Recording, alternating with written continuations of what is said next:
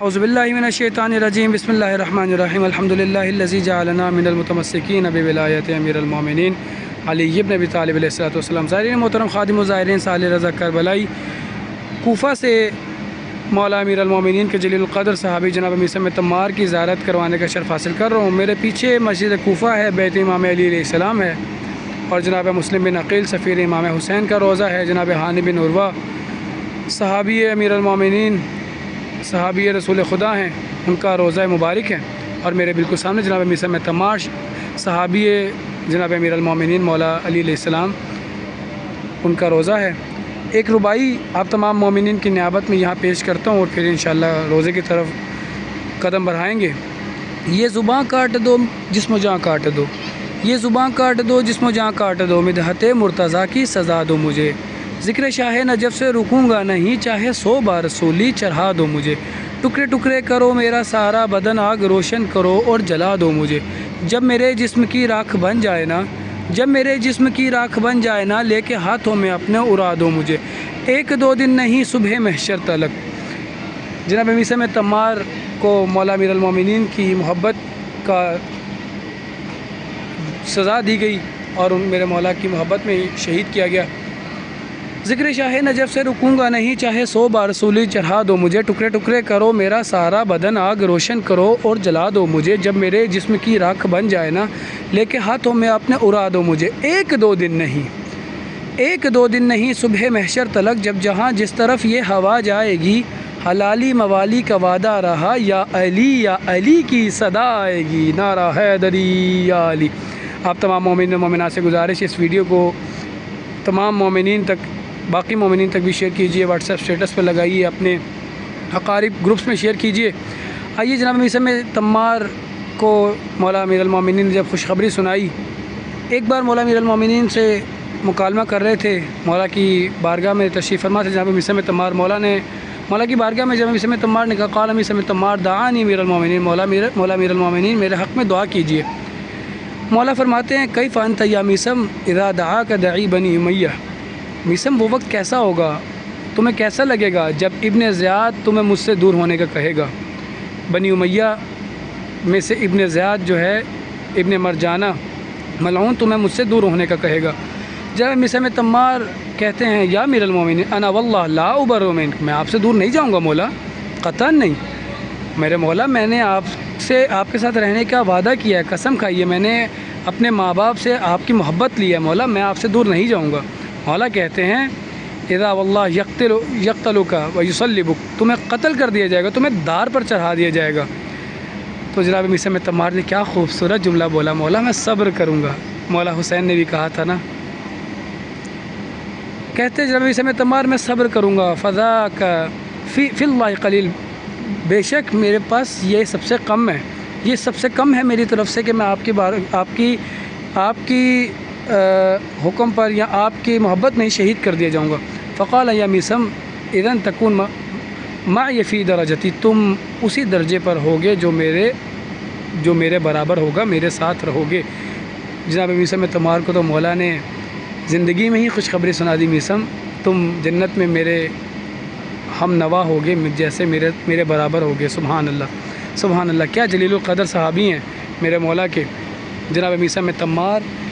یہ ایسی باکمال ہستی ہیں کہ جب یہ تجارت کیا کرتے تھے اپنی دکان پر، مولا امیر المومنین گزرتے تھے تو مولا کو کہتے تھے، مولا پلیز آپ میری دکان کو سنبھالیے ذرا، میں گھر کے کچھ کام کاج کر کے آ جاؤں۔ گھر جاتے تھے، کام کاج کر کے واپس آتے تھے، اور مولا سے اپنی دکان کو لے لیا کرتے تھے۔ انہوں نے مولا سے بہت سارے علوم بھی حاصل کیے ہیں، علوم فلکیات، اور بہت سارے اور بھی علم مولا نے ان کو نوازے ہیں۔ بہت جلیل القدر صحابی ہیں، میرے مولا کے بڑے قریبی، اور میرے مولا امیر المومنین کے میرے مولا امیر المومنین کی محبت دل میں سمائے یہ صحابی، جن کو ابن زیاد نے شہید کیا جب مولا حسین علیہ السلام کوفہ کی طرف قدم بڑھا رہے تھے، تو ابن زیاد کو بھیجا گیا، بس بصرہ سے گورنر بنا کر کوفہ کا بھیجا گیا ابن زیاد کو، جاؤ اور حسین کا راستہ روکو، حسین کو کوفہ میں روکو۔ جب ابن زیاد آیا، اور آپ سب جانتے ہیں کوفے والوں نے مولا ابا عبداللہ الحسین کو خط لکھے تھے کہ مولا ہم آپ کے نام پر جان نچھاور کرنے کے لیے تیار ہیں، آپ مدینہ چھوڑیں اور ہمارے پاس آ جائیے۔ ابن زیاد کو کوفہ بھیجا گیا اور کوفے کی ممبر پر آ کر ابن زیاد نے اعلان کیا اگر تم لوگوں میں سے کسی نے حسین کا ساتھ دیا تو وہ مارا جائے گا۔ ابن زیاد اعلان کر کے چلا گیا۔ جناب میثم تمار اٹھے، کوفے کے ممبر پر تمام شیعوں کو، کوفے کے مومنوں کو بولا کہ تمہارے دلوں کو کیا ہو گیا ہے، اس لعین کی بات کو سن رہے ہو، اس کی بات کو اپنے دل میں جگہ دے رہے ہو کہ جو ایک گندی ماں کا گندا بچہ، گندا بیٹا ہے، گندی اولاد ہے، ملعون ہے یہ۔ تو جب ابن زیاد کو خبر ملی کہ میثم تمار نے میرے متعلق یہ جملے بولے ہیں، تو ابن زیاد نے جناب میثم تمار کو بلایا اور پھر جناب میثم تمار نے مولا کی محبت میں جو جملے کہے، بڑے ہی خوبصورت جملے ہیں، اور جناب میثم تمار نے جب جملے کہے تو ابن زیاد نے غصے میں آ کر کہا کہ لے جاؤ اس کو، یہ علی کی شان بیان کر رہا ہے، اس کو دار پر چڑھا دو۔ جناب میثم تمار مسکرائے اور کہا کہ واللہ علی نے سچ کہا تھا، میرے علی سچے ہیں، امیر المومنین سچے ہیں۔ کہا کہ کیوں، تم نے یہ کیوں کہا؟ کہتا ہے امیر المومنین نے مجھے پہلے کہا تھا تمہیں ایک گندی ماں کا، گندی اولاد ہی تمہیں شہید کرنے کا حکم دے گی اور تمہیں دار پر چڑھائے گی، تمہیں لٹکایا جائے گا کھجور کے درخت پر۔ جب ابن زیاد کو پتہ چلا، کہا واللہ میں تجھے ایسے نہیں ماروں گا، لیکن پھر اس کے بعد الگ الگ طریقوں سے اذیت پہنچائے گی جناب میثم تمار کو، لیکن وہ نہیں رکے۔ جناب میثم تمار کو سب سے پہلے زندان میں ڈالا گیا، انہوں نے وہاں پر مولا امیر المومنین کی شان بیان کی، مولا کے فضائل بیان کیے، پھر نکال کر مولا جناب میثم تمار کو اور مشکل میں ڈالا گیا، لیکن آخر جناب میثم تمار کو دار پر ہی لٹکایا گیا۔ جب دار پر لٹکانے کا حکم دیا گیا تو جناب میثم تمار کی زبان کاٹی گئی کہ یہ علی کے فضائل بیان کرتا ہے، اس کو یہاں سے ہٹاؤ، اس کی زبان کاٹ دو۔ پھر جناب میثم تمار کی زبان کاٹی گئی، لیکن جناب میثم تمار نے ہاتھوں سے اور قدموں سے مولا امیر المومنین کے فضائل اشاروں سے بیان کیے۔ آخر مولا کا کہا سچا ہوا، مولا امیر المومنین کا جناب میثم تمار کو دار پر لٹکایا گیا۔ آئیے ٹریبیوٹ پیش کرتے ہیں، سلام پیش کرتے ہیں اس صحابی کو کہ جس کو میرے مولا نے بشارت سنائی تھی۔ قدم بڑھاتے ہیں جناب میثم تمار کی ذریح کی طرف۔ السلام علیکم یا میثم تمار، میرا سلام ہو اس جلیل القدر صحابی پر کہ جسے میرے مولا نے بشارت سنائی، میرے مولا نے جنتی قرار دیا۔ آئیے آپ تمام مومنین کی نیابت کر رہا ہوں، قدم بڑھا رہا ہوں۔ بہت ہی جلیل القدر میرے مولا کے یقیناً